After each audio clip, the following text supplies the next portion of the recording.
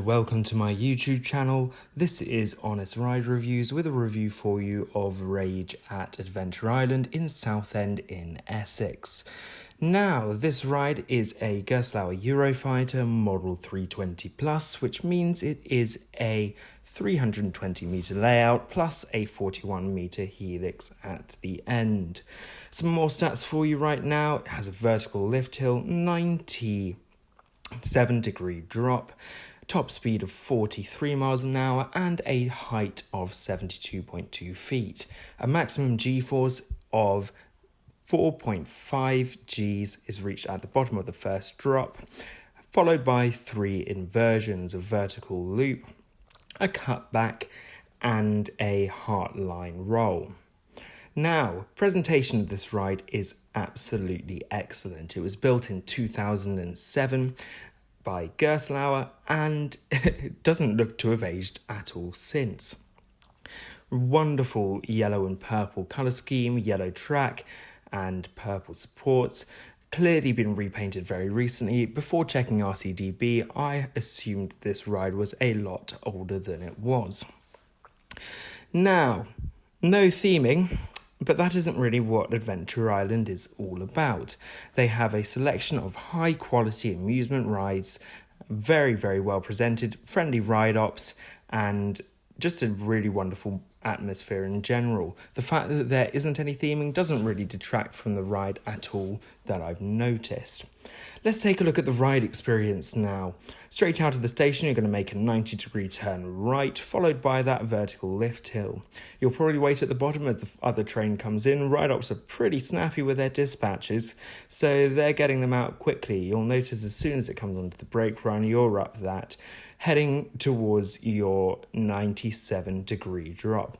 There's a decent pop of airtime as you head down that into the vertical loop, which offers a small amount of hang time at the top of it. Following this vertical loop, you're heading straight into the cutback, which is essentially a half corkscrew followed by a half corkscrew facing back the same way. After this, you're going to go into a 180-degree turn, followed by a heartline roll. This is where you're going to experience the most hang time on the ride, followed by that plus helix at the end, the 41 metre helix, taking you into the brake run. This is a very, very short ride, lasting only around 25 seconds from the top of the lift hill. And that is one of my main cons with the ride, which I'll talk about a bit later on. Before that, however, let's talk about the operations. Ride ops here, incredibly friendly. Again, that's a theme that I noticed throughout the whole park. They clearly wanted to be there and were enjoying dispatching these trains and interacting well with the customers. Initially, when we first arrived, there were only 1 train ops happening on this ride, but that wasn't an issue at all. They were dispatching quickly despite this, and there were so few people in the line, it really didn't matter because it was a walk-on. As soon as lines started to build up, they put on another train and were dispatching these incredibly quickly. The train had left the station before the first one had even entered the brake run. Given the short ride time of this ride, I was highly impressed. Now, let's look at some pros and cons of the ride before we get into the conclusion.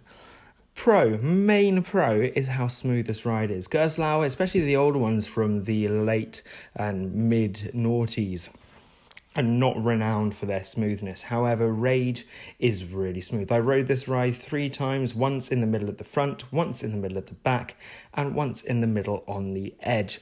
The only seat I had an issue with was back edge, and that is actually pretty well known for Eurofighters to have a slightly rougher ride on the outside seats. If you go for a middle seat in the back or the front, you're going to have a glossy smooth ride, and I think that is also a testament to how well Adventure Island are maintaining their rides.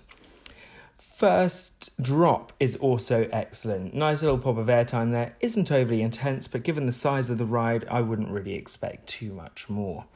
And the ride is incredibly well presented. No signs of rust. Very, very, very well maintained. Now let's look at the cons. There are only a few of these, main one being it's such a short ride. As I said before, from the top of the lift till it's only 25 seconds before you get back into the brake run. It does pack quite a punch in those few seconds, but I would like the ride to be a bit longer. They have, however, made incredible use of the space which the ride stands on, and couldn't really fault it in that regard. There is a bit of a rattle in the back row, especially on the edge seats. I'd have to go and ride it a couple more times. Those main locations are at the bottom of the cut back, so both going in and out, and after the Heartline roll, just a couple of jolts left to right, nothing too uncomfortable. If you've ever ridden a Vekoma SLC or a Zamperla Valère, you'll notice how rough those are. This feels like a B&M in comparison. And my final con of the ride, I would like it a little bit more forceful. But then again, there is a very short layout. They have put a lot in and they need to have a general appeal. If they made it too intense, then it would be a bit painful. Not really appealing to a wider market or audience. So, in conclusion, I'm going to give this ride a 6 out of 10. A 10 being a perfect ride, such as Taron, in my opinion. It's the only 10 out of 10 I've been on. And a 1 would be an absolutely awful ride, like Hero at Flamingo Land, any Zamperla Valère, or a Vekoma SLC, especially the bad ones. I have done a couple of Vekoma SLCs which haven't been ones, maybe a 2 somewhere. But that's how my rating system is going to be from here on out. Now, if you like this review, then please comment, like, subscribe. Let me know your thoughts in the comment section below. I'd love to hear them. Hopefully soon there will be a few more ride reviews coming out, especially of rides I have been on. Otherwise, I'll have to wait until opening days of these parks. I'm heading up to Alton Towers for opening day of that. I'm heading to Thorpe Park for opening of that. Then Walibi Holland and Toverland slightly later in April when they both open.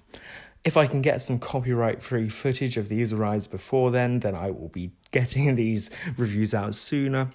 If you have any sources of those, please let me know again in the comments below, and any feedback would be greatly appreciated. Once again, this has been Honest Park Reviews with a review of Rage at Adventure Island in Essex. Thanks for watching.